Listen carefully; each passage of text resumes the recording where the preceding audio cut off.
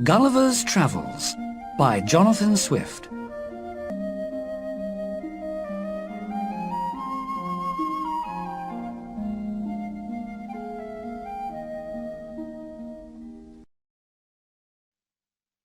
Chapter 1. A Voyage to Lilliput. I was born in Nottinghamshire, and was the third of 5 sons.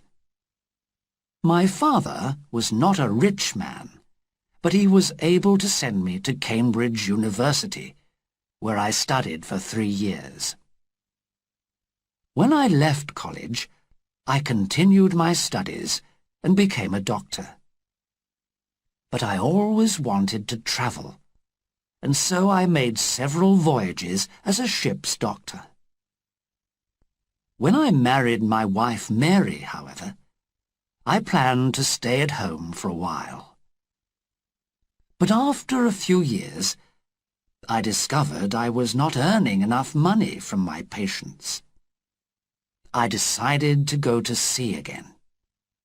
And this time, I joined a ship sailing to the islands in the South Pacific Ocean. We started our journey from Bristol on May the 4th, 1699. At first, our voyage went well. We sailed across the Atlantic, round the coast of Africa, and into the Indian Ocean. But before we could reach the Pacific, a violent storm hit us and drove us to the northwest of Tasmania. The wind drove our ship onto a rock which broke the ship in half. Some of the sailors and I managed to get a boat into the water, and we rowed away to look for land. But when we were too tired to row any more, a great wave hit our small boat, and we all fell into the sea. I do not know what happened to my companions, but I suppose they were all drowned. The wind and waves pushed me along as I struggled to keep my head above water. I became very tired, and soon felt I could not swim any more. Luckily, just then my feet touched the ground. I walked out of the sea and onto a beach, where there was no sign of any people or houses. I was so exhausted that I lay down and went to sleep. When I woke up next morning and tried to get up, I could not move. I was lying on my back, and my whole body, my arms and legs, were strongly fastened to the ground. Even my hair, which was long and thick, was tied to the ground. The sun began to grow hot, and I was very uncomfortable. Soon, I felt something alive moving along my leg and up my body to my face, and when I looked down, I saw a very small human being, only 15 centimeters tall. He had a bow and arrow in his hands, and there were 40 more of these little men following him. I was so surprised that I gave a great shout. They all jumped back, very frightened, and some hurt themselves by falling off my body. Meanwhile, I was struggling to unfasten myself. But just as I managed to pull my left arm free of the ropes, I felt 100 arrows land on my free hand, and more arrows on my face and body. This was very painful, and made me cry aloud. I lay quietly to see what would happen next. When they saw I was no longer struggling, they quickly built a platform next to my head, and an official climbed up there to speak to me. Although I could not understand his language, I understood that they would be friendly towards me if I did not try to harm them. By now, I was extremely hungry, so I used sign language to beg the official for food.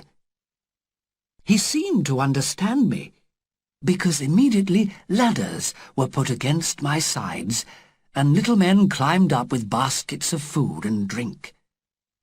They were surprised at how much I could eat and drink.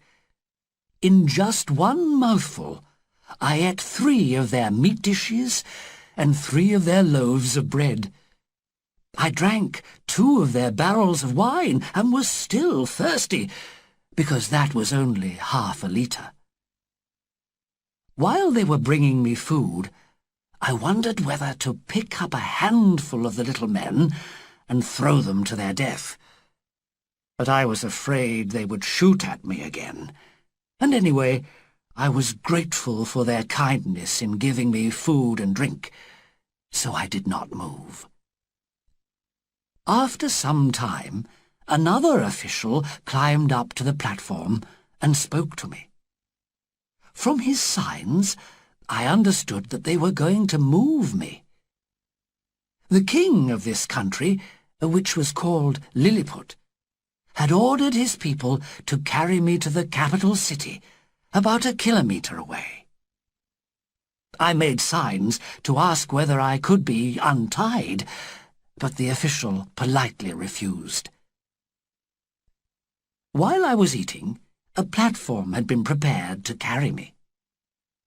The people of Lilliput, known as the Lilliputians, are very intelligent and clever with their hands. For me, 500 men built a special wooden platform with 22 wheels.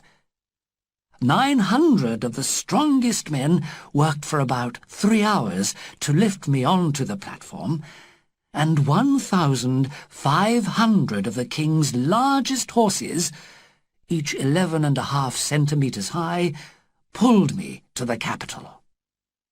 I did not know about any of this, because they had put a sleeping powder in my wine, and I was in a deep sleep. The king had decided I would stay in the largest available building, just outside the city gates.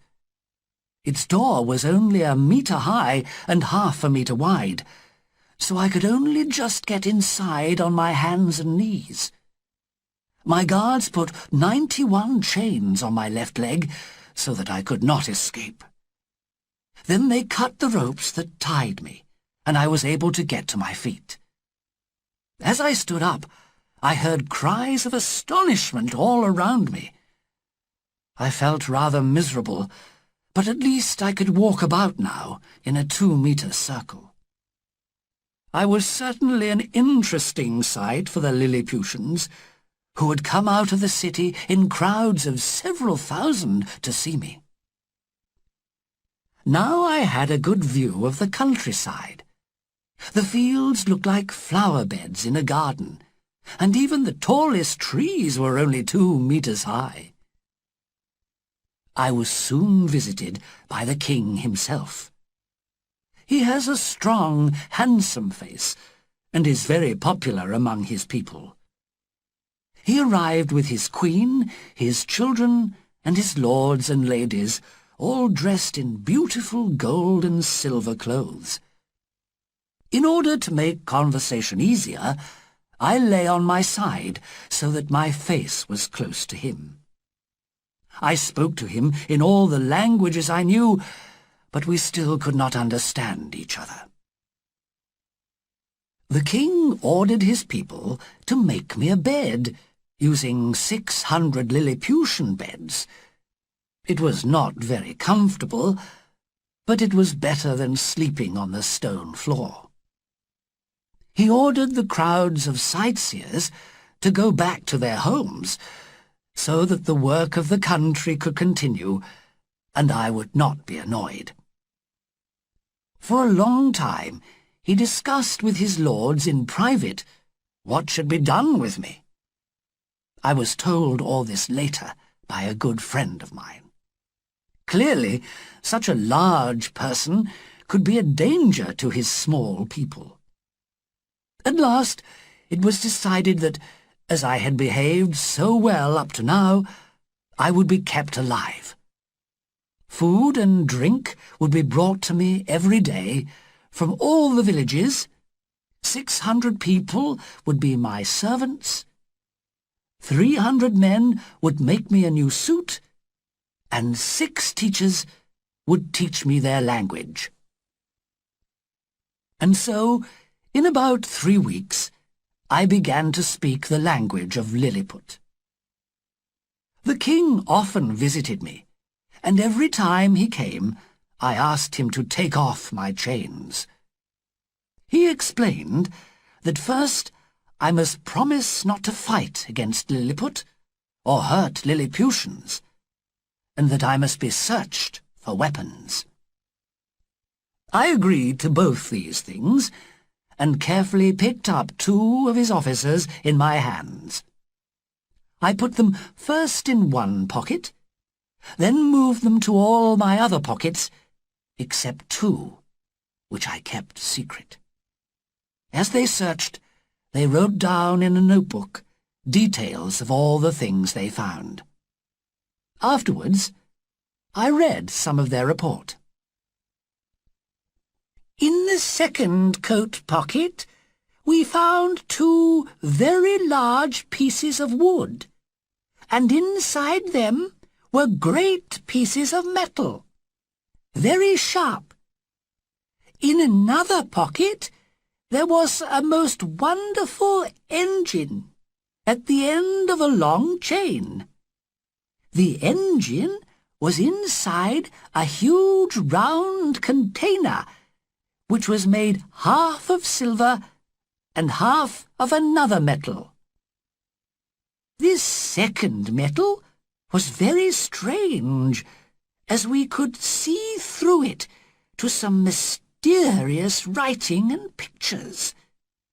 The engine made a continuous loud noise. The officers could not guess what these things were, but they were, of course, my 2 pocket knives and my watch. They also found my comb, a purse with several gold and silver coins, my gun and bullets. The king wanted to know what the gun was used for. "Bring it out," he ordered me, "and show me how it works." I took the gun out and put a bullet into it. "Don't be afraid," I warned the king. Then I fired the gun into the air. It was the loudest noise the Lilliputians had ever heard. Hundreds of them thought they were dead and fell down. The king himself was very frightened. As I gave my gun to the officials to keep, I warned them to be careful with it. They allowed me to keep all my other things, and I hoped that one day soon I would be free. Chapter 2. Life in Lilliput. I was careful to behave as well as possible, to persuade the king to give me my freedom.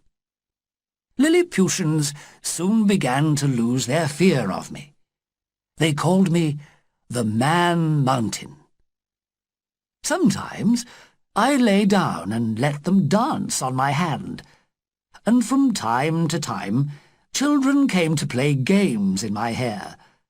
By now I was able to speak their language well. One day the king invited me to watch the regular entertainments, which are greatly enjoyed by him, his family, and his lords and ladies. I was most interested in the rope dancing. A very thin rope is fixed 30 centimeters above the ground. People who want to become the king's most important officials jump and dance on this rope, and whoever jumps highest, without falling, gets the best job. Sometimes the king orders his lords to dance on the rope, to show that they can still do it. This sport is, of course, rather dangerous, and there are occasional deaths as a result. It seems a strange way of choosing officials. There was another interesting entertainment. The king holds a stick in front of him and sometimes moves it up and down. One by one, people come up to him and jump over the stick or crawl under it. They go on jumping and crawling as the king moves the stick. The winner is the one who jumps and crawls for the longest time, and he receives a blue ribbon to wear round his waist. The second best receives a red ribbon, and the third best gets a green one. Many of the Lilliput lords wear their ribbons proudly at all times. I had certainly never seen entertainment like this in any of the countries I had visited before. Some days later, a strange black thing was seen on the beach where I had first arrived in Lilliput. When the people realized it was not alive, they decided that it must belong to the Man Mountain, and the king ordered them to bring it to me. I thought I knew what it was. When it arrived, it was rather dirty, because it had been pulled along the ground by horses. But I was delighted to see that it was in fact my hat. I had lost it in the sea when swimming away from the ship. I begged the king so often for my freedom that at last he and his lords agreed that I need not be a prisoner any longer. However, I had to promise certain things. To help the Lilliputians in war and peace, to give 2 hours' warning before a visit to their capital, so that people could stay indoors, to be careful not to step on any Lilliputians or their animals, to carry important messages for the king if necessary, to help the king's workmen carry heavy stones, to stay in Lilliput until the king allowed me to leave. On his side, the king promised I would receive food and drink, enough for 1,724 Lilliputians. I agreed to everything at once. My chains were broken, and I was free at last. The first thing I did was visit the capital city. The people were warned so that they would not be in danger. I stepped carefully over the city wall, which was less than 1 meter high, and walked slowly through the 2 main streets. It is usually a very busy city, with shops and markets full of people, but today the streets were empty. There were crowds watching me from every window. In the middle of the city is the king's palace. The king had invited me to enter it, so I stepped over the surrounding wall into the palace garden. But unfortunately, the palace itself has walls 1.5 meters high around it. I did not want to damage these walls by trying to climb over them. So I walked carefully back out of the city and into the king's park. Here I cut down several of the largest trees with my knife and made 2 wooden boxes. When I returned to the palace with my boxes, I was able to stand on one box on one side of the wall and step onto the other box on the other side. I lay down on the ground and looked through the windows, right into the king's rooms. You cannot imagine a more beautiful place to live in. The rooms and furniture are perfect in every detail. As I was looking in, I could see the Queen, surrounded by her lords and ladies. She kindly put her hand out of the window for me to kiss. I think I should give you some general information about Lilliput. Most Lilliputians are about 15 centimeters tall. The birds and animals are, of course, much smaller than the people, and the tallest trees are only a little taller than I am. All crimes here are punished. But if someone is accused of a crime, and then it is proved that the accuser is lying, the accuser is immediately killed. Lilliputians believe that there are two sides to the law. Criminals must be punished, but people of good character must be rewarded. So if a man can prove that he has obeyed every law for 6 years, he receives a present of money from the king. They also believe that any man who is honest, truthful, and good can serve his king and country. It is more important to have a good character than to be clever or intelligent. However, only those who believe in God are allowed to be the king's officials. Many of their laws and customs are very different from ours, but human nature is the same in every country. The Lilliputians, like us, have learnt bad ways.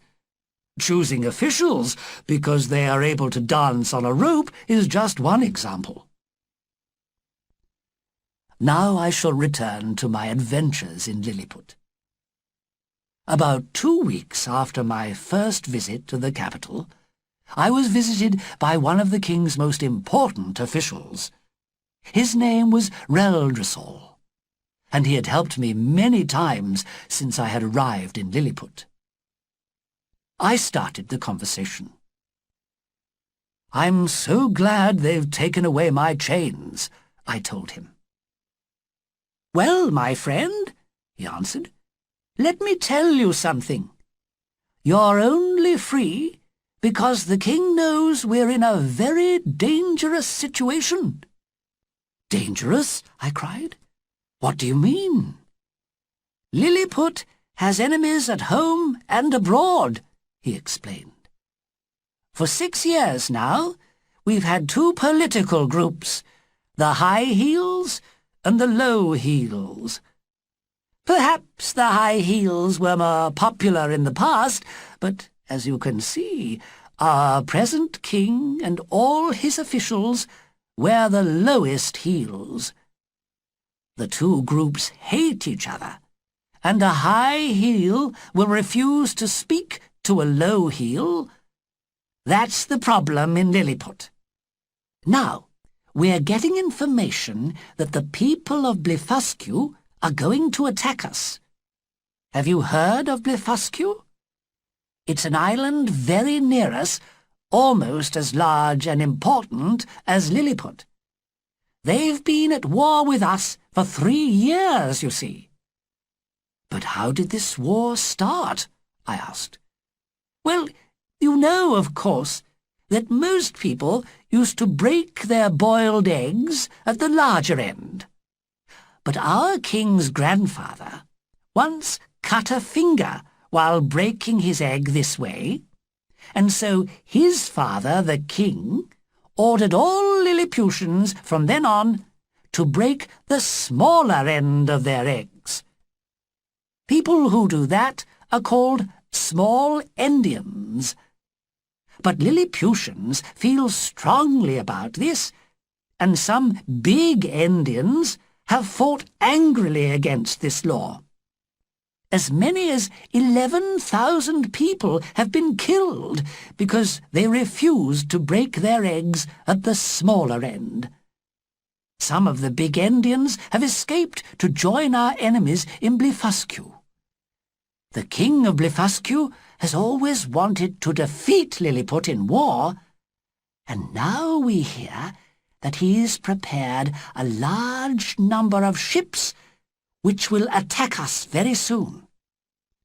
So you see, my friend, how much our king needs your help in order to defeat his enemies." I did not hesitate for a moment. "Please tell the king," I answered warmly, "that I am ready to give my life to save him or his country." Chapter 3. Lilliput at War. The island of Blefuscu is only about a kilometre to the north of Lilliput. I knew that just beyond the narrow sea separating the two countries, there were at least 50 warships ready to attack us, with many other smaller ships. But I kept away from that side of the coast, so that the people of Blefuscu would not see me. I had a secret plan. From the king's workmen, I ordered 50 heavy metal hooks, each fastened to a piece of strong rope. I took off my coat and shoes and walked into the sea with the hooks and ropes in my hands. The water was deep in the middle, so I had to swim for a few meters. But it only took me half an hour to get to Blefuscu. When the Blefuscans saw me, they were so frightened that they jumped out of their ships and swam to the beach. I then used one hook for each ship and tied all the ropes together at one end. While I was doing this, the enemy shot thousands of arrows at me, which caused me a lot of pain. I was afraid of getting an arrow in my eyes, but I suddenly remembered I still had an old pair of reading glasses in my pocket. So I put them on and continued my work. When I was ready, I started walking into the shallow water away from Blefuscu. As I walked through the waves, I pulled the enemy's warships behind me. When the people of Blefuscu realized that all their warships were disappearing, their cries were terrible to hear. As I came nearer to Lilliput, I saw the king and all his lords and ladies standing on the beach.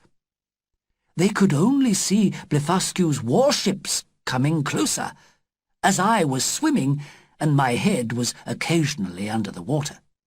Therefore, they supposed that I had drowned and that the Blefuscan ships were attacking. But when they saw me walking out of the sea, they welcomed me warmly with cries of astonishment and delight. The king himself came down to the water to meet me. "Everyone in Lilliput is grateful to you," he cried. "For your bravery, you will be one of my lords from now on." "Thank you, sir," I replied. "And now," he continued, "go back and steal all the enemy's ships, so that we can defeat Blefuscu forever. We'll destroy the big Indians, and I'll become king of the whole world." But I would not agree to this plan. "Sir," I replied, "I will never help to take a brave nation's freedom away. Lilliput and Blefuscu should live in peace now." The king could not persuade me, and unfortunately he never forgot that I had refused to do what he wanted. Although I had saved his country from attack by Blefuscan warships, he preferred to remember my refusal. From this time on, I heard from my friends that there were secret conversations in the palace between the king and some of his lords who were jealous of me.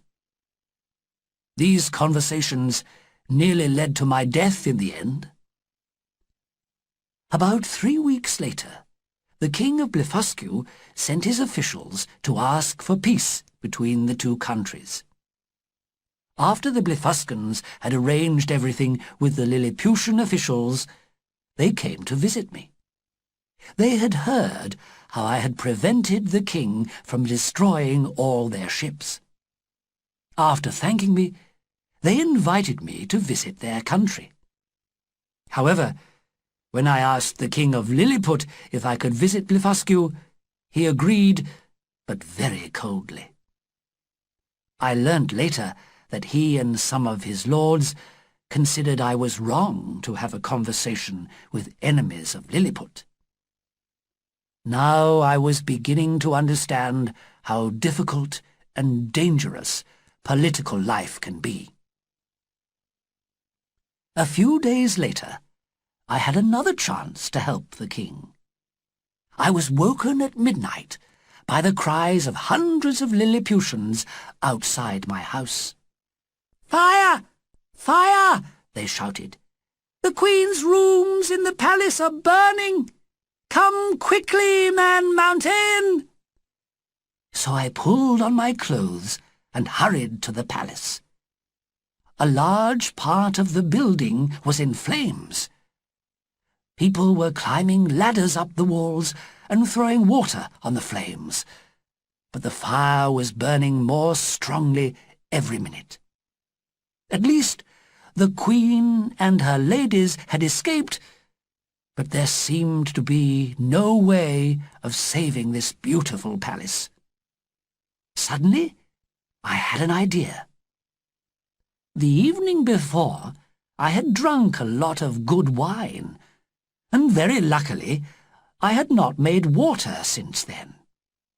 In 3 minutes, I managed to put out the whole fire, and the lovely old building was safe. I went home without waiting for the king's thanks, because I was not sure what he would say. Although I had certainly saved the palace, I knew it was a crime, punishable by death, to make water anywhere near the palace. I heard later that the Queen was so angry that she refused to enter any of the damaged rooms ever again, and promised to take her revenge on me. Chapter 4. Gulliver escapes from Lilliput.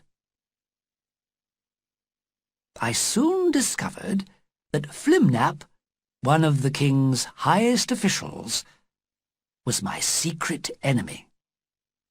He had always disliked me, although he pretended to like me, but now he began to suspect his wife of visiting me privately, and he became jealous. Of course, his wife did visit me, but always with her daughters and other ladies who came for regular afternoon visits. When visitors arrived at my house, I used to bring the coaches and horses inside and put them carefully on my table. There was a high edge round the table so that nobody would fall off. I sat in my chair with my face close to the table, and while I was talking to one group of visitors, the others used to drive round the table. I spent many hours like this in very enjoyable conversation. In the end, Flimnap realized that his wife was not in love with me, and had not done anything wrong, but he was still angry with me. There were other lords who also disliked me, and together they managed to persuade the king that I was a danger to Lilliput. I knew they were discussing me in private, but I was seriously alarmed when I discovered what they had decided. Luckily, as well as Reldresal, I had another good friend among the king's officials. Late one night, he visited me secretly, in order to warn me. "You know," he began, "that you've had enemies here for some time. Many of the lords are jealous of your great success against Blefuscu, and Flimnap still hates you. They accuse you of crimes against Lilliput, crimes punishable by death. "But," I cried, "that's not right. I only want to help Lilliput." "Listen," he said. "I must tell you what I've heard, although my life is in danger if I do. They've accused you of making water in the king's palace, refusing to take all the enemy's ships, refusing to destroy all the big Indians, seeing the enemy's officials privately, and planning to visit Blefuscu in order to help the enemy against Lilliput." "This is unbelievable!" I cried. "I must say," continued my friend, "that our king reminded his lords how much you had helped the country. But your enemies wanted to destroy you, and they suggested setting fire to your house at night. Then you would die in the fire." "What?" I shouted angrily. "Be quiet. Nobody must hear us. Anyway, the king decided not to kill you, and that's when your friend Reldresal started speaking. He agreed you'd made mistakes, but said that a good king should always be generous, as our king is. And he suggested that a suitable punishment would be for you to lose your sight. You'd still be strong enough to work for us, but you wouldn't be able to help the big Indians." I covered my eyes with my hands. I had wanted to help these people and their king. How could they decide to punish me as cruelly as this? "Your enemies were most disappointed with Reldresal's plan," my friend went on. "They said you were a big Indian in your heart, and reminded the king how much you cost Lilliput in food and drink. Reldresal spoke again, to suggest saving money by giving you a little less food every day. In this way, you'd become ill, and in a few months you'd die. And so they all agreed. In 3 days, Reldresal will be sent to explain your punishment to you. He'll inform you that the king has been very kind to you, and that you're lucky to lose only your eyes. You will be tied down, and very sharp arrows will be shot into your eyes. The king's doctors will make sure that you can no longer see." "This is terrible news," I said. "But thank you for warning me, my dear friend." "You alone must decide what to do," he replied. "And now I must leave you, so that nobody suspects me of warning you." When I was alone, I thought about the situation for a long time. Perhaps I was wrong, but I could not see that the king was being kind and generous in ordering such an inhuman punishment. What should I do? I could ask for a trial, but I was not confident of the judge's honesty. I could attack the capital and kill all the Lilliputians, but when I remembered the king's past kindness to me, I did not want to do that. At last, I decided to escape. And so, before Reldresal came to tell me of my punishment, I went to the north of Lilliput, where our ships lay. I took my clothes off and put them into one of the largest warships. I also put a blanket into it. Then I stepped into the sea and swam to Blefuscu. By pulling the Lilliput warship behind me, I kept my clothes and blanket dry.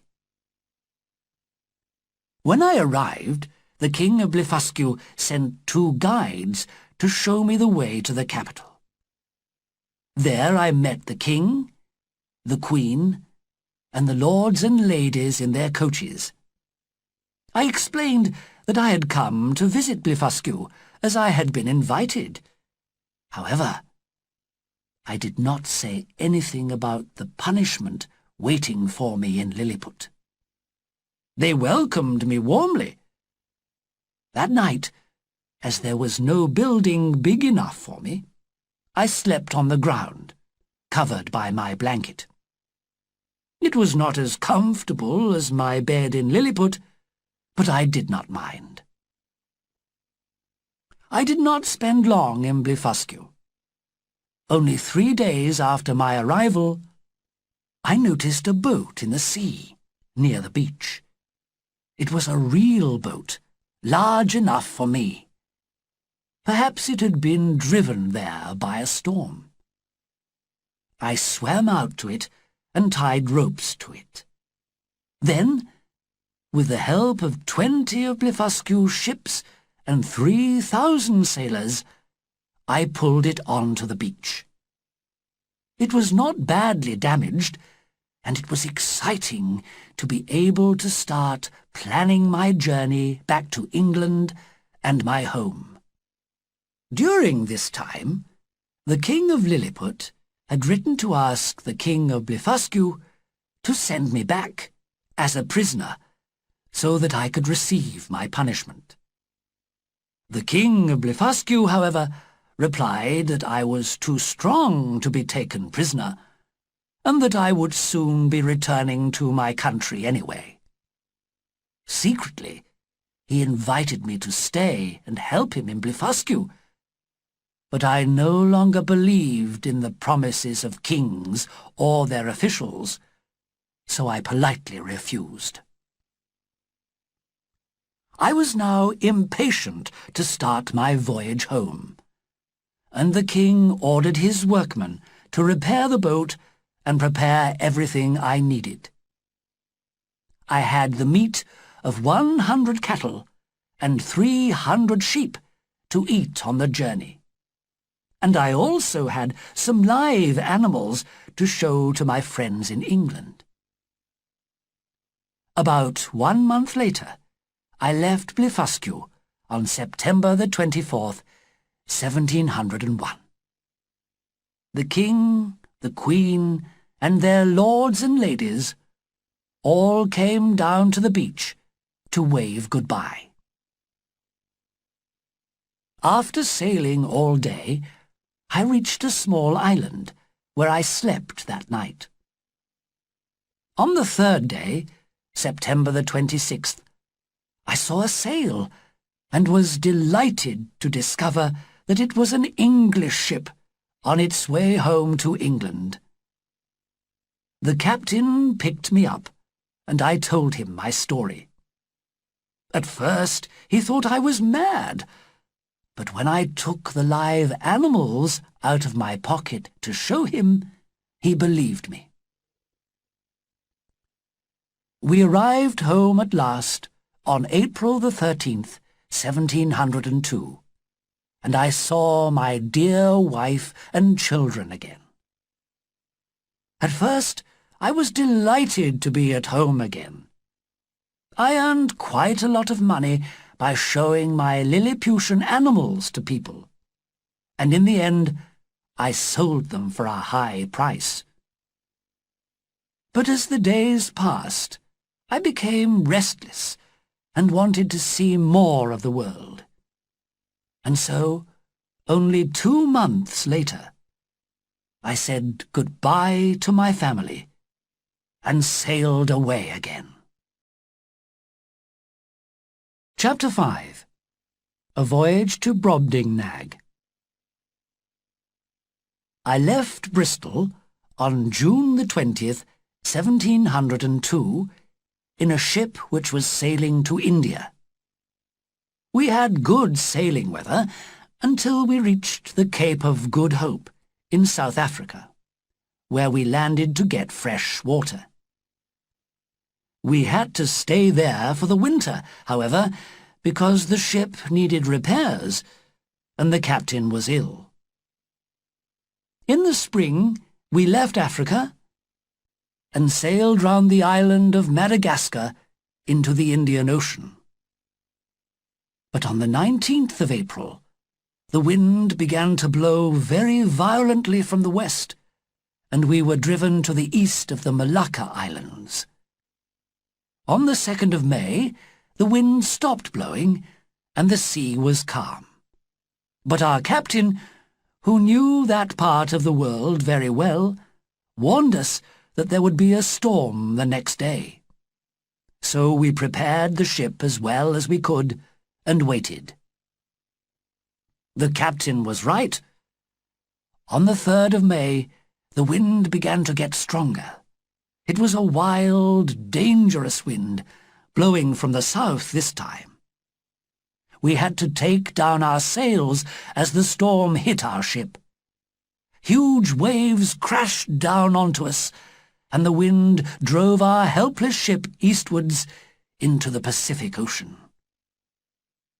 For several days we struggled with the wind and waves, but at last the storm died away and the sea was calm again. Luckily, our ship was not badly damaged, but we had been driven over 2,000 kilometers to the east. None of us knew exactly where we were, so the captain decided to continue sailing eastwards, where we had never been before. We sailed on for another 2 weeks. Finally, on the 16th of June, 1703, we saw a large island with a small piece of land joined to it. I later discovered that this country was called Brobdingnag. The captain sent some of his sailors in a boat to land there and bring back some fresh water. I went with them because I was interested in seeing a new country. We were delighted to be on land again, and while the men looked for a river or a lake, I walked for about 1 kilometre away from the beach. When I returned, to my astonishment, I saw that the sailors were already in the boat. They were rowing as fast as they could towards the ship. I was going to shout to tell them they had forgotten me, when suddenly I saw a huge creature walking after them into the sea. I realized he could not catch them, because they had nearly got to the ship, but I did not wait to see the end of that adventure. I ran away from him as fast as possible, and did not stop until I found myself in some fields. The grass was about 7 meters high, and the corn about 13 meters high. It took me an hour to cross just one field, which had a hedge at least 40 meters high. The trees were much taller than that. Just as I was trying to find a hole in the hedge, so that I could get into the next field, I saw another giant coming towards me. He seemed as tall as a mountain, and every one of his steps measured about 10 meters. In fear and astonishment, I hid in the corn and hoped he would not notice me. He shouted in a voice like thunder, and 7 other giants appeared. They seemed to be his servants. When he gave the order, they began to cut the corn in the field where I was hiding. As they moved towards me, I moved away, but at last I came to a part of the field where rain had knocked down the corn. There was no longer anywhere for me to hide. and I knew I would be cut to pieces by the giant's sharp knives. I lay down and prepared to die. I could not stop myself thinking of Lilliput. There, I myself had been a giant, an important person who had become famous for helping the people of that small country. Here, it was the opposite. I was like a Lilliputian in Europe, and I began to understand how a very small creature feels. Suddenly, I noticed that one of the giants was very close to me. As his huge foot rose over my head, I screamed as loudly as I could. He looked around on the ground and finally saw me. He stared at me for a moment, then very carefully he picked me up with finger and thumb and looked at me. I was now 20 meters up in the air, and I desperately hoped he would not decide to throw me to the ground. I did not struggle and spoke politely to him, although I knew he did not understand any of my languages. He took me to the farmer, who soon realized that I was not an animal, but an intelligent being. He carefully put me in his pocket and took me home to show to his wife. When she saw me, she screamed and jumped back in fear, perhaps thinking I was an insect. But in a little while, she became used to me and was very kind to me. Chapter 6. Gulliver and his Master. Soon after we arrived, the whole family sat down at the table for dinner. There was a large piece of meat on a plate about 8 meters across. The farmer put me on the table with some small pieces of bread and meat in front of me. I was very frightened of falling off the edge of the table, which was 10 meters from the ground. The farmer and his family were delighted to watch me eating food with my own small knife and fork. But when I started walking across the table to the farmer, his youngest son, a boy of about 10, picked me up by the legs. He held me so high in the air that my whole body trembled. Fortunately, his father took me away at once and angrily hit the boy hard on the head. But I remembered how cruel children can be to small animals, and I did not want the boy to take his revenge on me. So I fell on my knees and asked them not to punish the child any more. They seemed to understand. Just then, I heard a noise behind me. It sounded like 12 machines running at the same time. I turned my head and saw a huge cat, 3 times larger than one of our cows. The farmer's wife held it in her arms so that it could not jump at me. But in fact, because I showed no fear, there was no danger, and the cat even seemed a little afraid of me. At the end of dinner, a servant came in with the farmer's 1-year-old son in her arms. He immediately started crying and screaming because he wanted to play with me. His mother smiled and put me in his hand. When he picked me up and put my head in his mouth, I shouted so loudly that he dropped me. Luckily, I was not hurt, but it showed me how dangerous life was going to be in Brobdingnag. After eating, the farmer, or my master, as I shall now call him, went back to his work in the fields.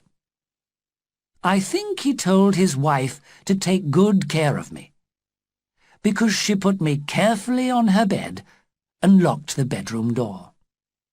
I was exhausted and slept for 2 hours. When I woke up, I felt very small and lonely in such a huge room and on such a large bed. Suddenly, I saw 2 huge rats run towards me across the bed. One came right up to my face, so I pulled out my sword and cut open his stomach. The other ran away at once.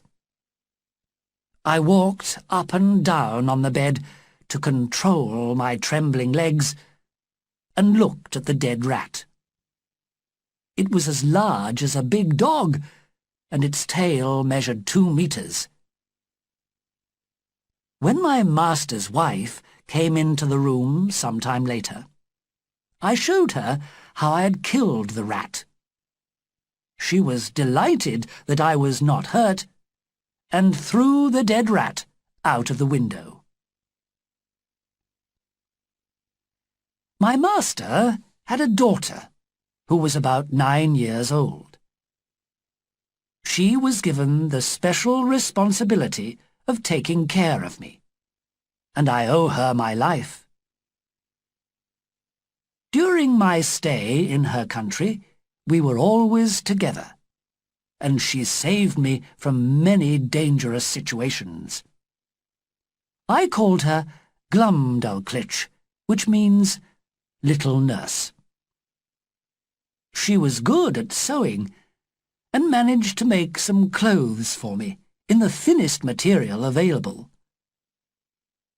She also made me a small bed, which was placed on a shelf too high for rats to reach. Perhaps the most useful thing she did was to teach me the language, so that in a few days I could speak it quite well. Soon, all my master's neighbours were talking about the strange little creature he had found in a field. One of them came to see me, and as I walked towards him across the table, he put on his glasses. His eyes behind the glasses looked like the full moon shining into 2 windows. I thought this was very funny and laughed loudly. Unfortunately, that made him very angry.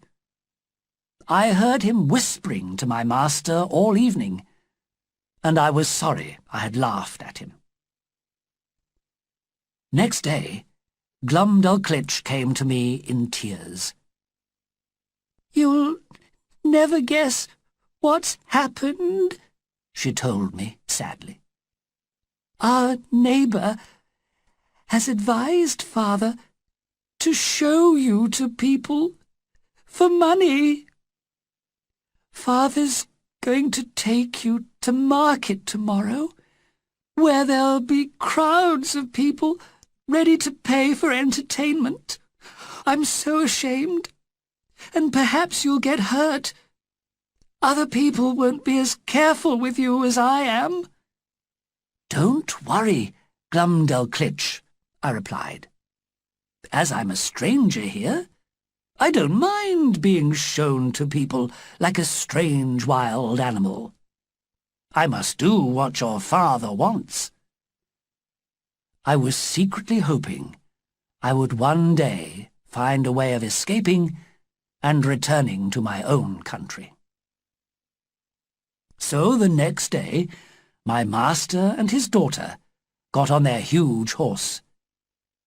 Glubbdubdrib carried me inside a small box, which had air holes so that I could breathe. When we arrived at the market town, my master hired the largest room in the public house and placed me upon the table there. His daughter stayed close to me to make sure that nobody hurt me. I was told to speak in their language, pull out my sword, drink from a cup, and do other things to amuse the crowd. only 30 people were allowed in to see me at one time. On that first day, everybody wanted to see me, and I was shown to over 350 people. My master's plan was so successful that he arranged to show me again on the next market day. I did not look forward to this at all. I was so tired with the journey and the entertainment that I could only walk and speak with difficulty for the next 3 days. Even when we were at home, neighbours and friends from all parts of the country came to look at me, and my master made me work hard to amuse them. So I had almost no rest. My master finally realized that he could make a fortune by showing me to people all over the country.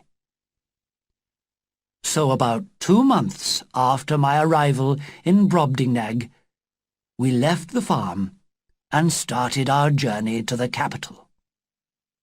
As before, Glubbdubdrib came with us to take care of me. On the way, we stopped in many towns and villages so that I could be shown to people. At last, after a journey of nearly 5,000 kilometers, we arrived at the capital. Now I had to work even harder, as people came to look at me 10 times a day. Chapter 7. At the King's Palace. Although Glubbdubdrib tried to make things as comfortable as possible for me, such an exhausting life was beginning to have a bad effect on my health. I was becoming thinner and thinner. When my master noticed this, he thought I would not live much longer. But it was clear that he wanted to make as much money out of me as he could. While he was thinking how to do this, he was asked to bring me to the palace. The Queen and her ladies had heard about me and wanted to see me. When we arrived in front of the Queen, I fell on my knees and begged to be allowed to kiss her foot. But she kindly held out her hand to me. I took her little finger in both my arms and put it very politely to my lips. She seemed very pleased with me, and finally she said, "Would you enjoy living here in the palace, do you think?" "Great Queen," I answered, "I must do what my master wants, but if I were free, I would want to spend my whole life obeying your orders." She immediately arranged to buy me from my master.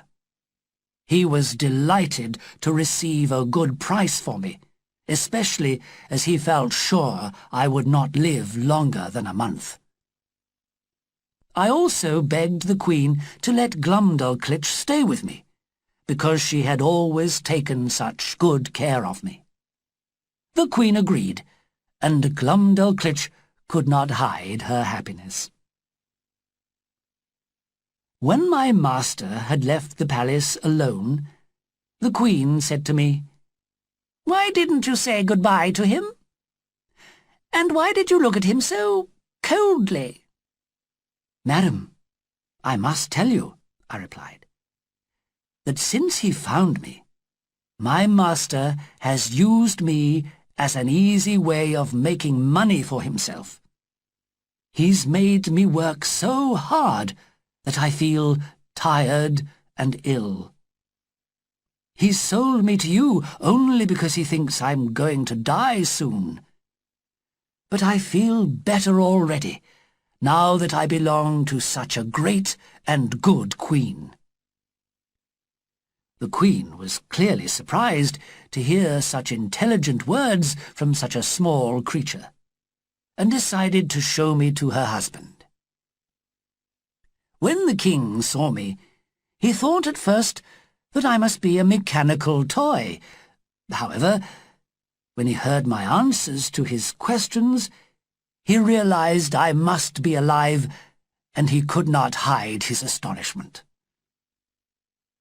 To discover what kind of animal I was, he sent for 3 of his cleverest professors. After looking at me carefully, they decided that I was a creature outside the laws of nature. I was much too small to climb their trees, or dig their fields, or kill and eat their animals. They could not understand where I had come from, or how I could possibly survive. And when I told them that in my country there were millions just like me, they did not believe me, but just smiled. However, the king was more intelligent than they were. After speaking to Glubbdubdrib and questioning me again, he realized that my story must be true. They took very good care of me. The Queen's workmen made a special bedroom for me. It was a wooden box with windows, a door, and 2 cupboards. The ceiling could be lifted off, so that Glubbdubdrib could change my sheets and tidy my room. The workmen even made me 2 little chairs and a table, and a lock for the door, so that no rats could get in. The Queen became so fond of me that she could not eat without me. My small table and chair were always placed on the dinner table near her left elbow, and Glubbdubdrib stood near me in case I needed her help. I ate off tiny silver plates with silver knives and forks. But I never got used to seeing the Queen eat.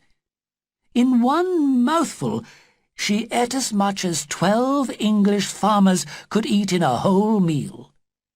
She drank from a cup as big as one of our barrels, and her knives were like huge swords. I was quite frightened of them. On Wednesday, which is a day of rest in Brobdingnag, like our Sunday, the King and Queen always had dinner together, with their children, in the King's rooms. I was usually invited too.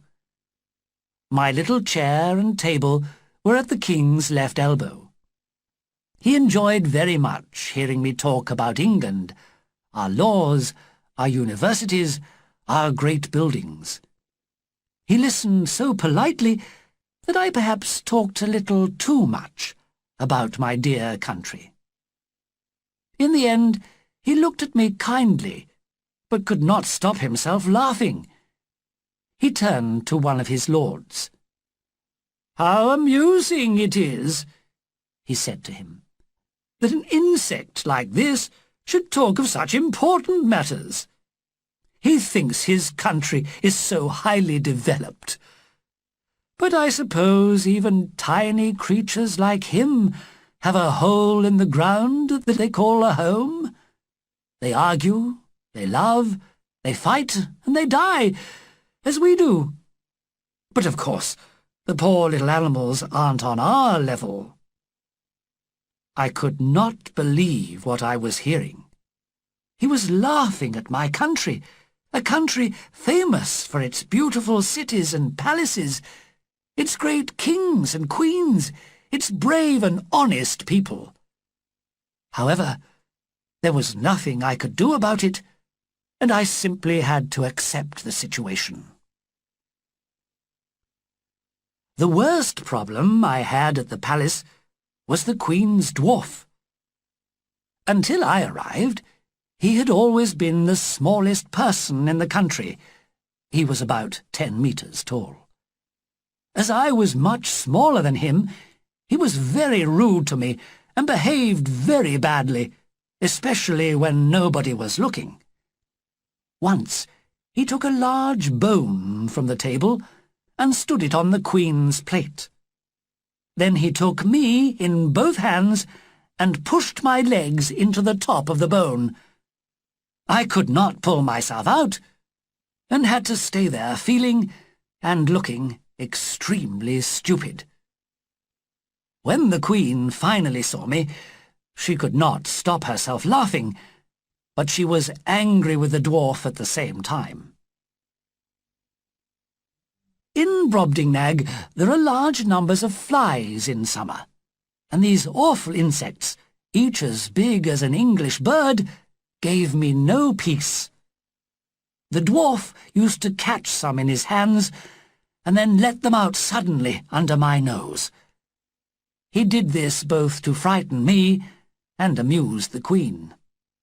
I had to use my knife to cut them to pieces as they flew around me. Another time, the dwarf picked me up and dropped me quickly into a bowl of milk on the table. Luckily, I am a good swimmer, so I managed to keep my head out of the milk. As soon as Glubbdubdrib saw I was in danger, she ran from the other side of the room to rescue me.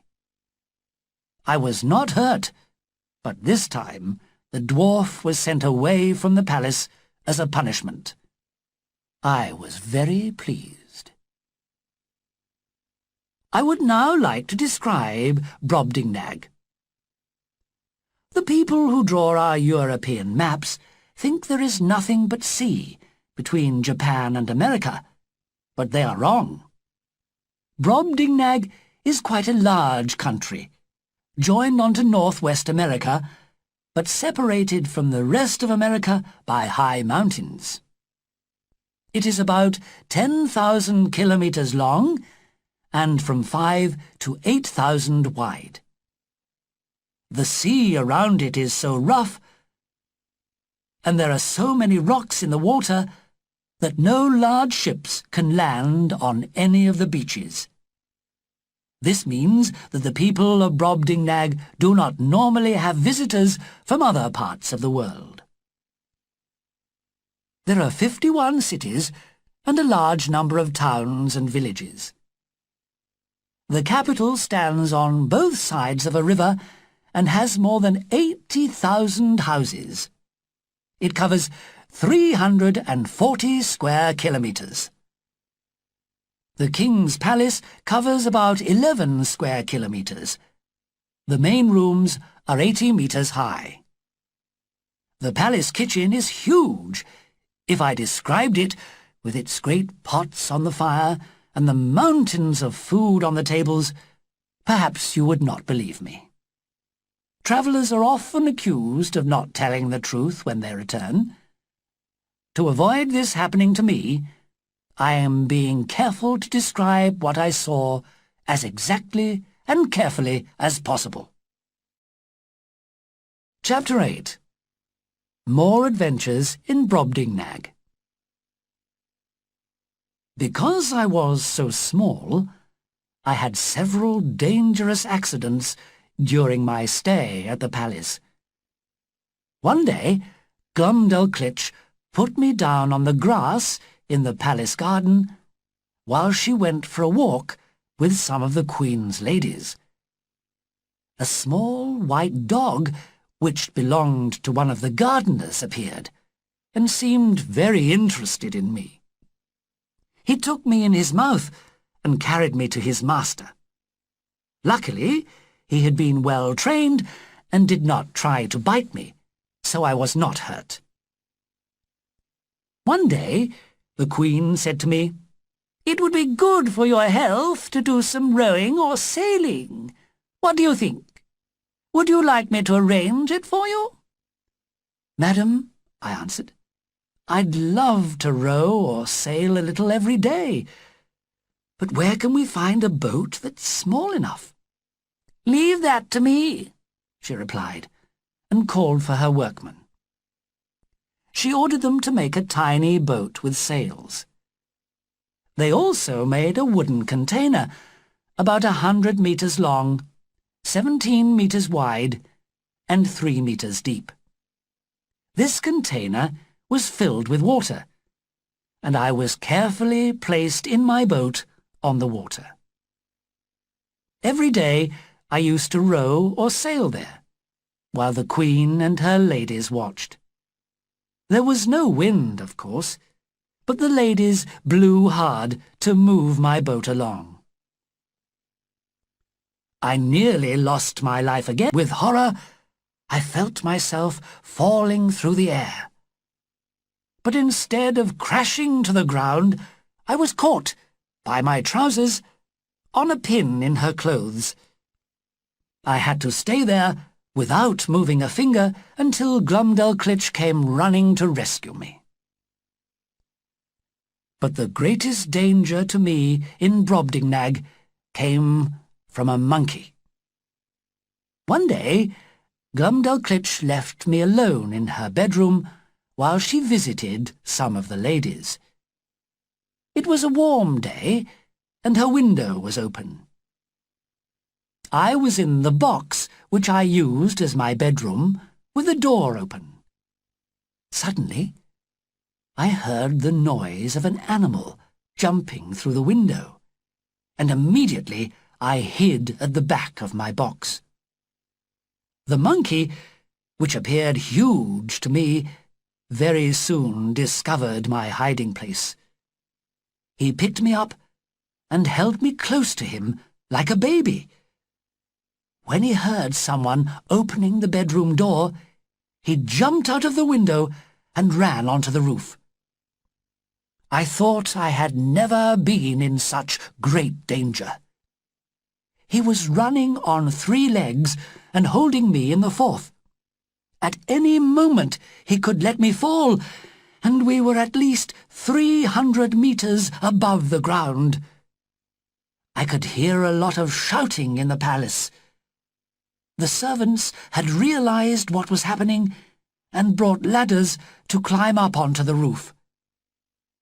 Glubbdubdrib was crying, and hundreds of people were watching from the garden. Meanwhile, the monkey was sitting calmly on top of the roof. He was taking food from his mouth and trying to push it into my mouth. He still seemed to think I was his baby. I suppose it was an amusing sight for the crowd below, but I was in terrible fear of falling. Finally, several servants climbed on the roof, and as they came nearer, the monkey put me down and ran away. I was rescued and brought down to the ground. I had to stay in bed for 2 weeks after this before I felt well enough to meet people again. The monkey was caught and killed. When I next saw the king, he asked me about this experience. "How did you feel," he said, "when the monkey was holding you up on the roof?" "Sir," I replied bravely, "I was afraid, that's true. But next time an animal like that attacks me, I shall not hesitate. I'll pull out my sword like this," and I showed him what I would do, "and give the creature such a wound that it will never come near me again." But while I waved my tiny sword in the air, the king and his lords laughed loudly. I had wanted to prove my bravery, but I failed, because to them I was only an unimportant little creature.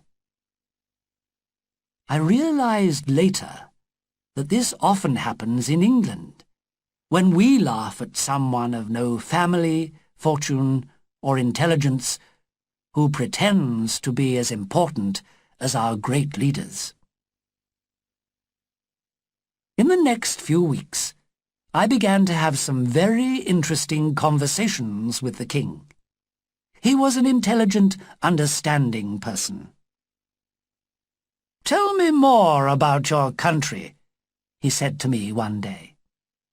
"I would like to hear about your laws, your political life, and your customs. Tell me everything. There may be something that we can usefully copy here in Brobdingnag."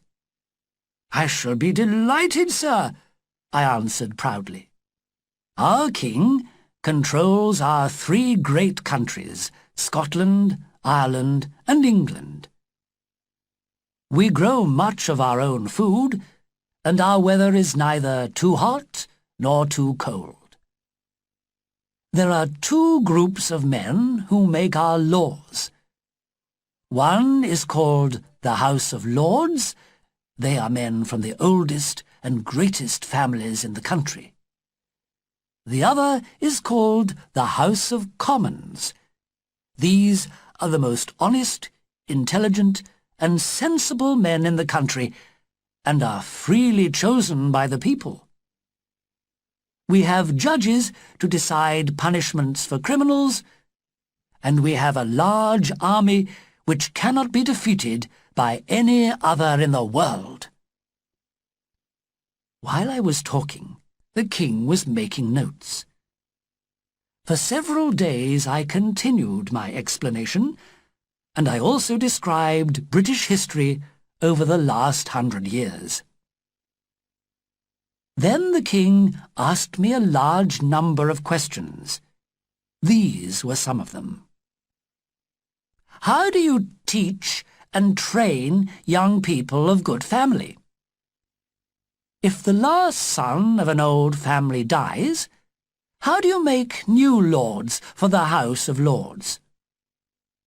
Are these lords really the most suitable people to make the country's laws? And in the House of Commons, are these men really so honest and intelligent? Do rich men never buy their way into this house? You say the lawmakers receive no pay, but are you sure that they never accept bribes? Then he asked questions about our law courts. Why are your trials so long and so expensive? How much do your lawyers and judges really know about the laws? How carefully do they decide between right and wrong? And why, he went on, are you so often at war? Either you enjoy fighting, or you have very difficult neighbours. Why do you need an army at all? You would not be afraid of any other country if you were peaceful people. And in the last 100 years, you've done nothing but rob, fight, and murder. Your recent history shows the very worst effects of cruelty, jealousy, dishonesty, and madness. I tried to answer the king as well as I could, but he did not think our system was a good one. No, my little friend, he said kindly but seriously, I'm sorry for you. You've proved to me that your country has nothing valuable to offer us. Perhaps once, in the past, your political life was adequately organized. But now it is clear that there is laziness and selfishness in every part of the system. Your politicians can be bribed, your soldiers aren't really brave, your judges and lawyers are neither reasonable nor honest, and your lawmakers themselves know little and do less. I sincerely hope that you, who have spent most of your life travelling, have a better character than most Englishmen. But from what you've told me, I'm afraid that your countrymen are the worst little nation of insects that has ever crawled upon the ground. I am very sorry to have to report these words of the king's, and I only do so because of my love of the truth. I must tell you exactly what happened, even if I do not agree with it. I had to listen patiently while he was giving his extraordinary opinions of my dear country. We must remember, however, that this king lives in a country almost completely separate from the rest of the world. Because he does not know other countries' systems or customs, he has a certain narrowness of thinking, which we Europeans do not have, of course.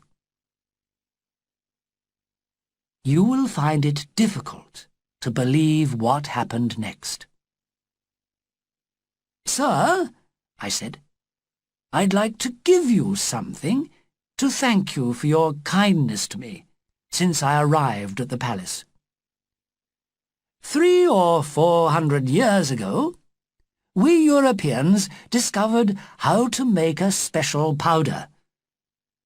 When you set fire to it, it burns and explodes immediately, with a noise louder than thunder.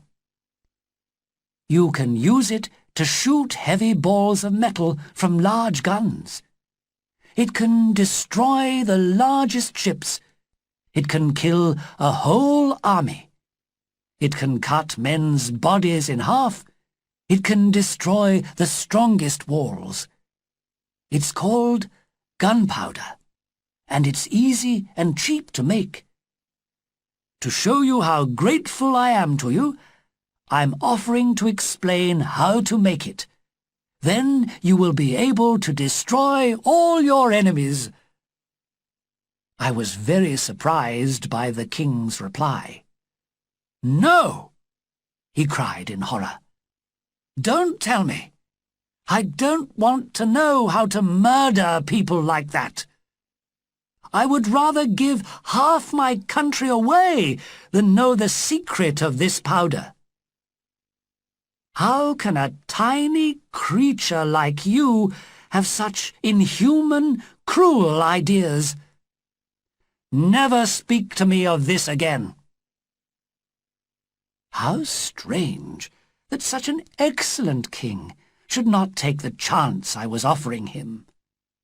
No European king would hesitate for a moment. But he had other strange ideas. He believed, very simply, that every problem can be solved by honest, sensible people, and that the political life of a country must have no secrets and must be open for all to see and understand. Of course, we know that this is impossible, so perhaps his opinion of us is not worth considering. Chapter 9. Gulliver escapes from Brobdingnag. I was still hoping to return to England one day, but the ship in which I had arrived in Brobdingnag was the first that had ever come near the coast, so I could not see how I could get away. I began to think more and more about my family and my home. By now, I had been in Brobdingnag for about 2 years. When the king and queen travelled to the south coast, Glumdalclitch and I went with them. I really wanted to be close to the sea again, which I had not seen or even smelt for so long. As Glumdalclitch was ill, I asked a young servant to take me down to the beach for some fresh air.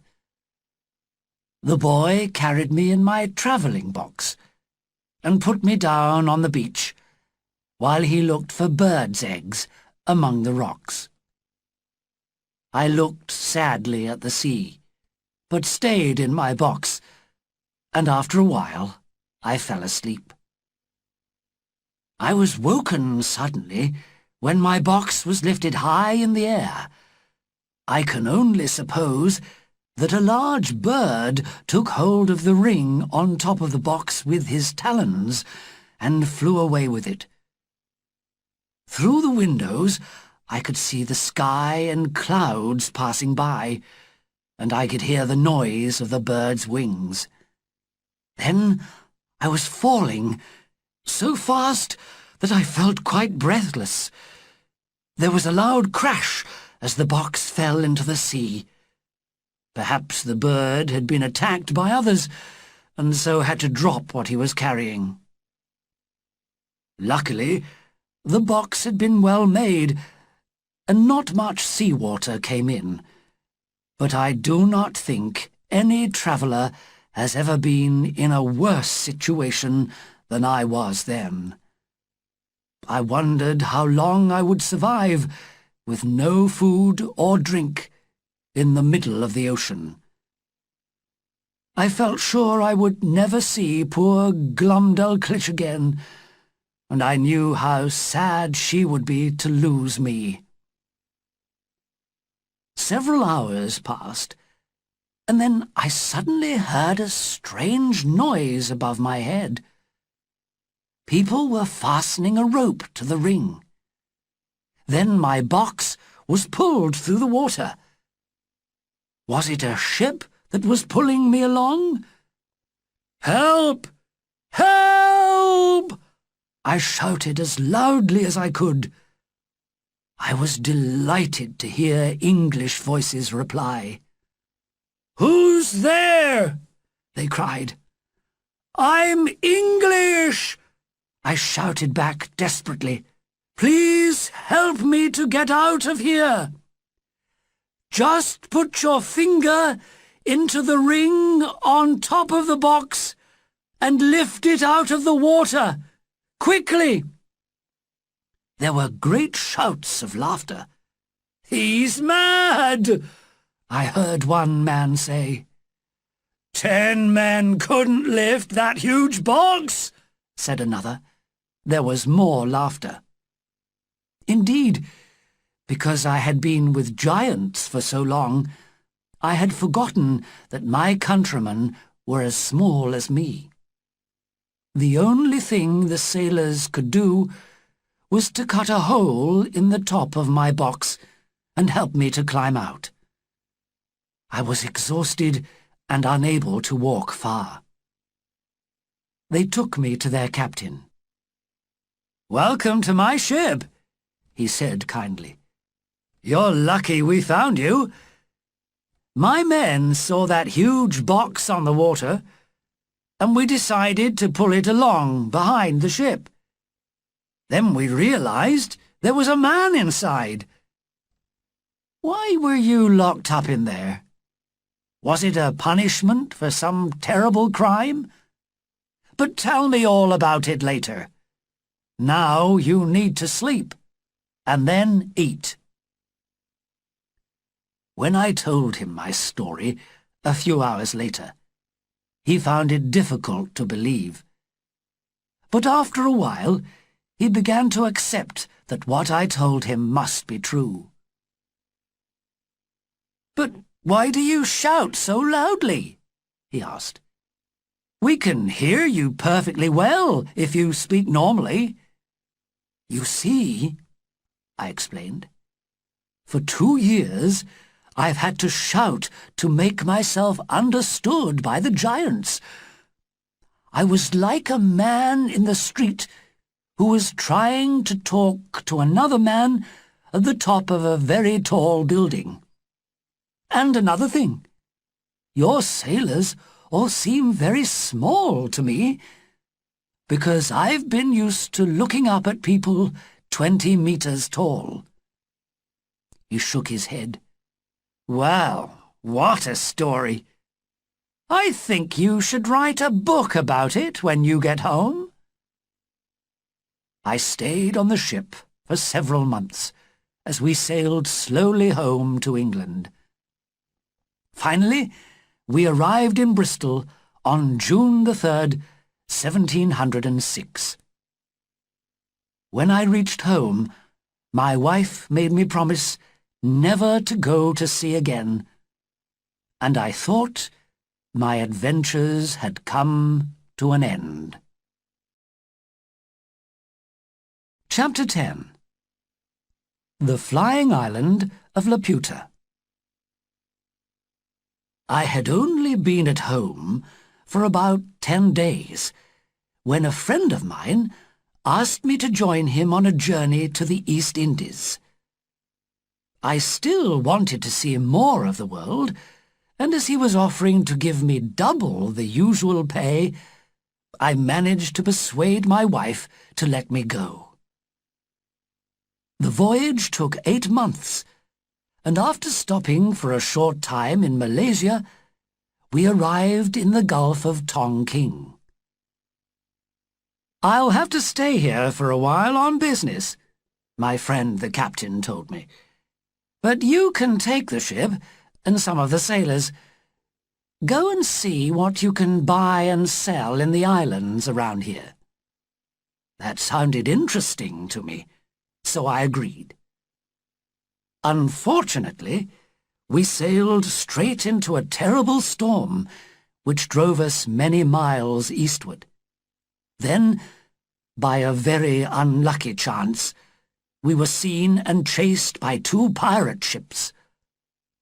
Our ship was not fast enough to escape, and the pirates caught us. They decided to keep the sailors to help sail the ship, but they did not need me. I suppose I was lucky they did not kill me. Instead, they left me alone in a small boat in the middle of the ocean, with only enough food for a few days while they sailed away. I'm sure the pirates thought I would die. However, I saw land some hours later, and I managed to sail the boat to it.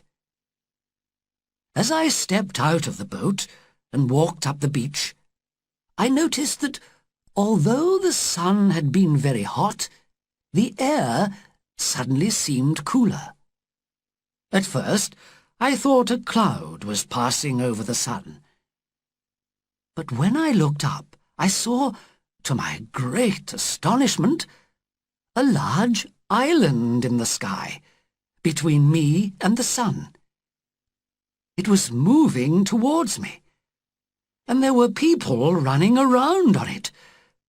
I waved my arms and shouted as loudly as possible, "Help! Help!" I cried. "Rescue me!"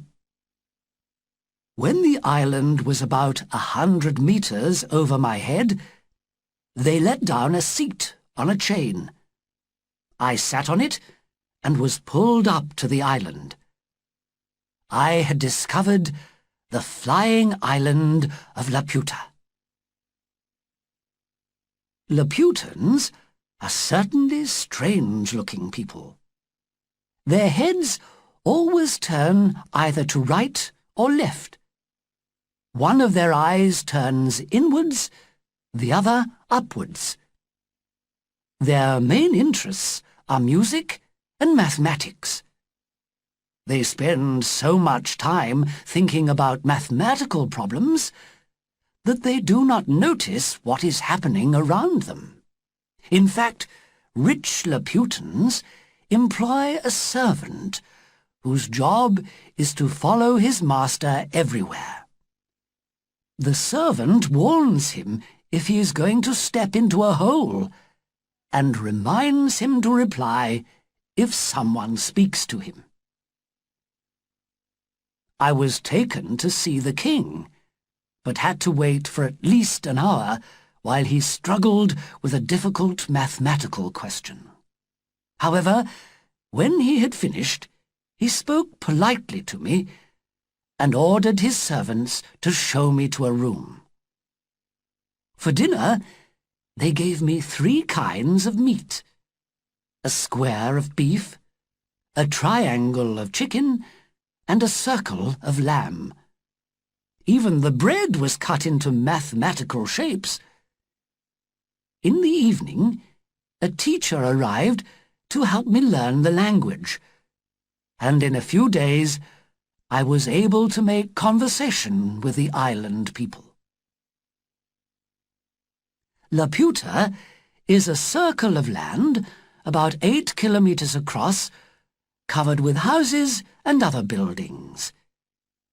It is moved by a simple machine which uses magnets to pull the island closer to land or push it higher into the sky. The island always moves slowly. It can only fly over the country called Belnibabi, which belongs to the king of Laputa. It is difficult talking to Laputans, as they have little interest in anything except music and mathematics. They are, however, very worried about the future of the earth, the sun, and the stars, and they often discuss this. I heard a conversation about this shortly before I left Laputa. "How are you, my friend?" one man asks another. "As well as can be expected," came the reply. "And how is the sun, do you think?" "I thought he looked rather feverish this morning. I'm afraid he'll get too hot and destroy himself one day, if he goes on like this. I know, it's very worrying. And what about the earth? It's only 30 years until the next falling star comes this way, and the earth was very nearly destroyed by the last one. That's right. We know that the next falling star is almost certain to get too close to the sun and catch fire. And when the earth passes through that fire, it'll be destroyed immediately. Only 30 years. That's not much to look forward to, is it?" And the two men shook their heads sadly. After several months on the island, I asked if I could visit the country underneath us.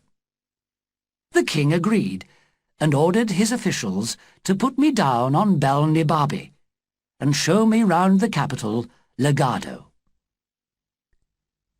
The most interesting place I saw there was the university, which was full of very clever men with very clever ideas. They were all working hard to find better, faster, cheaper, easier ways of doing and making things. They had ideas for building houses from the roof downwards, turning rocks into soft material, making rivers run uphill, and saving sunshine in bottles. I cannot remember half of the astonishingly clever ideas which they were working on. One day, they told me, they would find the answers to all these problems, and then their country would be the most wonderful place in the world. Meanwhile, I noticed that the people looked hungry and miserable. Their clothes were old and full of holes. Their houses were badly built and falling down. There were no vegetables or corn growing in the fields. When I visited the School of Mathematics, I could not understand why the students looked so unhappy. "What's the matter, young man?" I asked one of them. "You look quite ill." "Yes, sir," he answered. "You see, we've only just eaten our lessons for today, and it's made us feel rather sick." "Eaten them?" I repeated in surprise. "Why did you do that?" "Oh, that's the way we learn here, sir," he replied. "Our professors write mathematical questions and answers on paper, then we eat the paper. After that, we're only supposed to have bread and water for 3 days, while the information moves upwards to our heads. But it's awful, sir, not eating much for 3 days, and we often feel sick. Excuse me, sir." And he ran past me out of the room. This highly developed system of teaching did not seem to be working well. Chapter 11. Glubbdubdrib and Luggnagg. Although the Laputans were kind to me, I did not want to spend a long time in their country. Therefore, I decided to travel from Belnibabi to the island of Luggnagg, from there to Japan, and then home to England. But before I went to Luggnagg, an official I had met in Lugado persuaded me to visit the small island of Glubbdubdrib. "You'll find it a very interesting place," he told me. Glubbdubdrib means the island of magicians. All the important people there are good at magic, you see. The president is the best magician of them all. But I must warn you, he has some very strange servants. They're all ghosts. By using magic, he can order the ghost of any dead person to be his servant for 24 hours, and the ghost must obey. It seemed unbelievable, but it was true. When we arrived on the island, we were invited to the president's palace. His servants certainly looked strange to me. There was a smell of death about them. When the president no longer needed them, he waved a hand and they simply disappeared. I visited the president every day during my stay and soon got used to seeing the ghosts. One day, the president said, "Gulliver, would you like to call a ghost? It could be anyone from the beginning of the world up to the present day. You could ask them questions about their lives, and you can be sure they'll tell the truth. Ghosts always do." "That's very kind of you, sir," I replied, and thought hard for a moment. "First, I'd like to see Alexander the Great, please." The president pointed out of the window. There, in a large field, was the ghost of Alexander with his huge army. This famous king lived long ago in Macedonia, in northern Greece. His kingdom covered many countries, from Greece to Egypt, from Persia to parts of India. But he died very young, when he was only 33, and no one knew why. The president called him into the room. "Great king," I said to him, "just tell me one thing. Were you murdered, or did you die naturally?" "Young man," he replied, "nobody murdered me. I drank too much and died of a fever." So, in these few words, I had learnt one of the secrets of history. I turned to the president.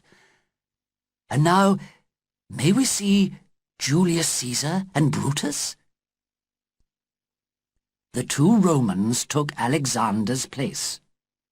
Brutus, of course, had killed Julius Caesar in Rome on the 15th of March, 44 BC, one of the most famous murders in history. It is terrible to die by the hand of a friend. "Great Caesar," I said, "how do you feel about your murderer Brutus?" "Do not call him that," replied Caesar. "He is a brave, good man, the best in Rome, and he did the right thing for Rome by killing me. In death, as in life, he has always been my friend." I cannot remember how many more ghosts I called to appear. I was very interested in their answers to my questions, which often seemed to offer a different view of history from the one I had been taught at school. However, it was soon time to leave Glubbdubdrib and sail to Luggnagg, a much larger island to the southeast of Japan. The Luggnaggians are polite and generous people, and I stayed here for 3 months. I made many friends among them. One day, one of them asked me, "Have you ever seen any of our Struldbrugs?" "I don't think so," I replied. "What's that?" "Well, a Struldbrug is a human being who will never die but will live forever. If a Luggnaggian baby is born with a round spot above its left eye, which never disappears, it's a Struldbrug. We have over 1,000 of them in the country." "How wonderful!" I cried. "How exciting! How lucky you are in Luggnagg, where a child has a chance of living forever. And how especially lucky the Struldbrugs are. Disease, disaster, and death can never touch them. And imagine how much we can learn from them. I expect they're among the most important people in the country. They've lived through history and know so much, which they're certain to pass on to the rest of us. If I had the chance, I'd like to spend my whole life listening to the intelligent conversation of these extraordinary people here in Luggnagg." "Well, of course," answered my Luggnaggian friend with a smile. "We'll be delighted if you stay longer with us. But I'd like to know how you would plan your life if you were a Struldbrug." "Oh, that's easy," I replied. "First, I'd work hard and earn a lot of money. In about 200 years, I'd be the richest man in Luggnagg. I'd study, too, so that I knew more about everything than the cleverest professors. I'd also write down everything important that happened over the years, so that students of history would come to me for help. I'd teach young people what I had learnt. But most of my time I'd spend with other Struldbrugs, friends of mine. Together, we could help to destroy crime in the world and begin to build a new and better life for everyone." I had only just finished describing the happiness of endless life when I realized that my friend's shoulders were shaking and tears of laughter were running down his face. "I really must explain," he said.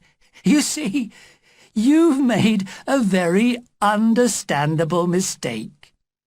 You suppose that if someone lives forever, he is young, healthy, and strong forever too. And that doesn't happen. Our Struldbrugs have a terrible life. After living for about 80 years, they become ill and miserable. They have no friends, and they can't remember much of the past. At that age, the law considers them to be dead, so their children inherit their houses and money. Then they sometimes have to beg to get enough food to eat. They lose their teeth and hair, they forget the names of their families, and the only thing they want is to die. But that's impossible. I realized how stupid I had been, and felt very sorry for the poor Struldbrugs. I finally left Luggnagg on a boat sailing to Japan. From there, I found a ship which was returning to England. My voyage to Laputa, Balnibarbi, Glubbdubdrib, and Luggnagg had taken me away from home for 5.5 years. Chapter 12. A Voyage to the Country of the Houyhnhnms. It was not long before I started my next voyage. On the 7th of September, 1710, as captain of my own ship this time, the owner of the ship wanted me to sail to the Indian Ocean to do some business for him there. But I was very unlucky. On the way, I had to employ some new sailors from Barbados, but they were men of very bad character. I heard them whispering to the other sailors several times, but I did not suspect what they were planning. One morning, as we were sailing round the Cape of Good Hope, they attacked me and tied me up. They told me they were going to take control of the ship and become pirates. There was nothing I could do. They left me alone on the beach of a small island in the middle of the Indian Ocean. As the ship sailed away, I realized I had no idea where I was. I found a road away from the beach and walked very quietly and carefully along in case I was attacked.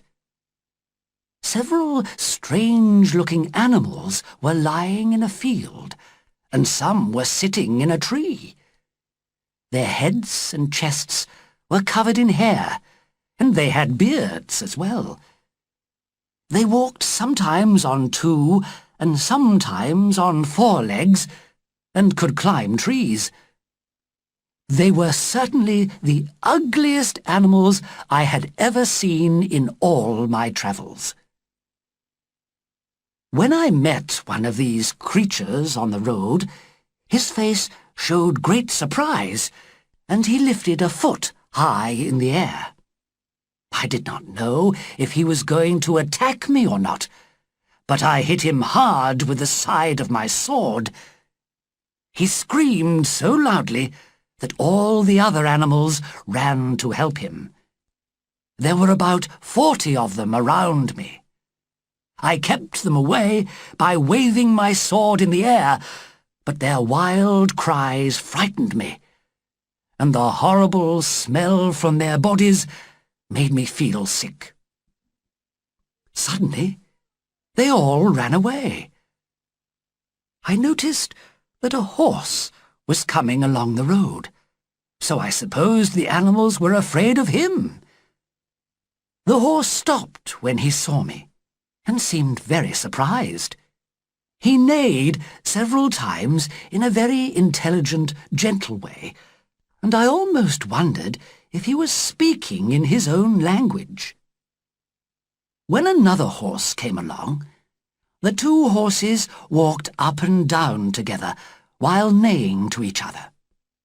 They seemed like 2 important people discussing a difficult problem. I watched this with astonishment and decided that if the animals in this country seemed so sensible, the human beings must be the most intelligent in the world. The 2 horses then came close to me, looking at my face and clothes with great interest. They talked to each other again, and then the first horse made clear signs for me to follow him. He led me to a long, low building. Inside, there were several large, airy rooms with no furniture. Other horses were sitting or lying comfortably on the floor on clean blankets. But where was the master of the house? Were these horses his servants? I began to wonder if I was going mad. Then I realized that the house did not belong to a human, but to the horse who had brought me here. In this country, horses, not people, were in control. I started learning a little of their language. Their word, Houyhnhnm, means a horse, and the word itself sounds very like the noise a horse makes. I found it very difficult to say this word, and so I decided to shorten it and call them Houis. Their servants were the horrible-looking animals I had seen earlier. They did all the hard work and lived in dirty little rooms in another building, where they were tied to the walls. To my horror, these ugly animals, called Yahoos, had human faces which looked very similar to mine. I did not want anyone to think I was a Yahoo, so I tried to make it clear that my habits were very different from theirs. At least, I was allowed to sleep in a separate room from them. At first, I thought I would die of hunger, as I could not eat the Yahoo's dirty meat or the Houis' grass and corn. But I soon learned how to bake little cakes made of corn, which I ate with warm milk. Sometimes I caught a bird and cooked it, or picked leaves of plants to eat with my bread.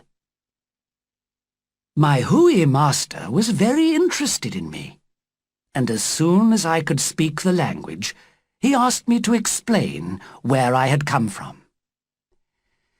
"Well, master," I neighed, "I've come from a country on the other side of the world, and you may not believe this, but in my country, all the important people look like Yahoos." "But how is that possible?" he asked gently. "Your Houis surely wouldn't allow unintelligent creatures like Yahoos to control the country?" "It may seem strange," I agreed, "but you see, I was surprised to find that in this country the Houis are the sensitive and intelligent creatures. And if I'm lucky enough to return home, I'll tell my friends all about it. But I'm afraid they may accuse me of lying." My master looked quite worried. "What is lying?" he asked. "In their language there is no word which means telling lies, and my master had great difficulty in understanding me. I tried to explain. "Oh," he answered, still unsure. "But why does anyone tell a lie? There's no reason for doing it. We use language in this country in order to understand each other and to give and receive information. If you don't tell the truth, how can people understand each other?" I began to see how different Hui life was from what I was used to. "But tell me," he continued, "about your country." I was delighted to describe recent English history to him, especially some of our most successful wars. "But why does one country attack another?" he asked. "There are many reasons," I replied. "A king or his lords may want more land, or there may be a difference of opinion between two countries. For example, whether uniforms should be black, white, red, or grey. Sometimes we fight because the enemy's too strong. Sometimes because he isn't strong enough. Sometimes our neighbours want the things we have, or have the things we want, so we both fight until they take ours or give us theirs. We often attack our best friend if we want some of his land. There's always a war somewhere. For this reason, being a soldier is one of the best jobs you can have." "A soldier," repeated my master. "I'm not quite sure what that is." "A soldier is a Yahoo who works for his king and country. His orders are to kill as many people as he can," I answered. "People who've never hurt him?" asked the Hui. "That's right," I said, pleased that he seemed to understand at last. "Soldiers have killed thousands of people in recent history." He shook his head and looked sad. "I think you must be—" "What was your word?" "Ah, yes, lying to me." "How could you and your countrymen kill so many other Yahoos? And why would you want to?" I smiled as I replied proudly, "Sir, you don't know much about European war. With our guns and bullets and gunpowder, we can destroy 1,000 ships, 100 cities, and 20,000 men. You see—" "Be quiet," he ordered. "I've heard enough. I know Yahoos are bad, but I didn't realize they could possibly do such terrible things." After these conversations, I began to wonder whether the Huis were right. Why do we humans so often fight wars and tell lies? Peace and truth began to seem more important than making war or making money. I became more and more used to the Huis' ideas and way of life. As the Huis did, I hated the Yahoos for their dirty habits and unpleasant character. By the time I had been there a year, I walked and neighed like the Huis. I felt such a strong love for them that I planned to spend the rest of my life among them and to try to become more like them. It is a great sadness to me, even today, that this was not possible. One day, my Hui master said, "Can you explain something to me? Why are the Yahoos so violently fond of those shining stones in the fields? They dig for days to get them out of the ground and hide them jealously from other Yahoos." "I expect they've found pieces of gold or silver," I said. Because he did not seem to understand, I added, "We use them as money to pay for things, you see." "How strange," he replied. "We share everything here. No Hui needs, what do you call it? Money?" Perhaps you can imagine how I felt. I knew I could be happy forever with these sensible, gentle creatures who never lied or stole, in a country which had no disease, no crime, no wars. But this perfect happiness did not last long. "I'm sorry," said my master one day. "My friends and I have decided you can't stay here any longer. You see, you're neither one of us nor a Yahoo." "No!" I cried desperately. "Don't send me away! How can I go back to England to live with those awful Yahoos?" "I'm afraid you must," he replied gently. "My servants will help you make a boat." And so, 2 months later, although I was very sad to leave, I said goodbye to my dear master and his family, and rode away from the land of the Hoois. I knew that I would never find happiness anywhere else. After several days travelling eastwards, I arrived in Australia, and from there managed to find a ship returning to Europe. I did not enjoy the voyage. The sailors all laughed at me because I walked and neighed like a horse. They looked just like those horrible Yahoos, and at first I could not let them touch me or come near me. Their ugly faces and unpleasant smell made me feel quite ill. And when I arrived home in England, after being away for 5 years, my wife and children were delighted to see me because they had thought I was dead. But to my horror, they looked and smelt like Yahoos too, and I told them to keep away from me. Even now, 5 years later, I do not let my children get close to me, although I sometimes allow my wife to sit with me while I eat. I try to accept my countrymen now, but the proud ones, who are so full of their own self-importance, well, they had better not come near me. How sad that people cannot learn from the Hoois.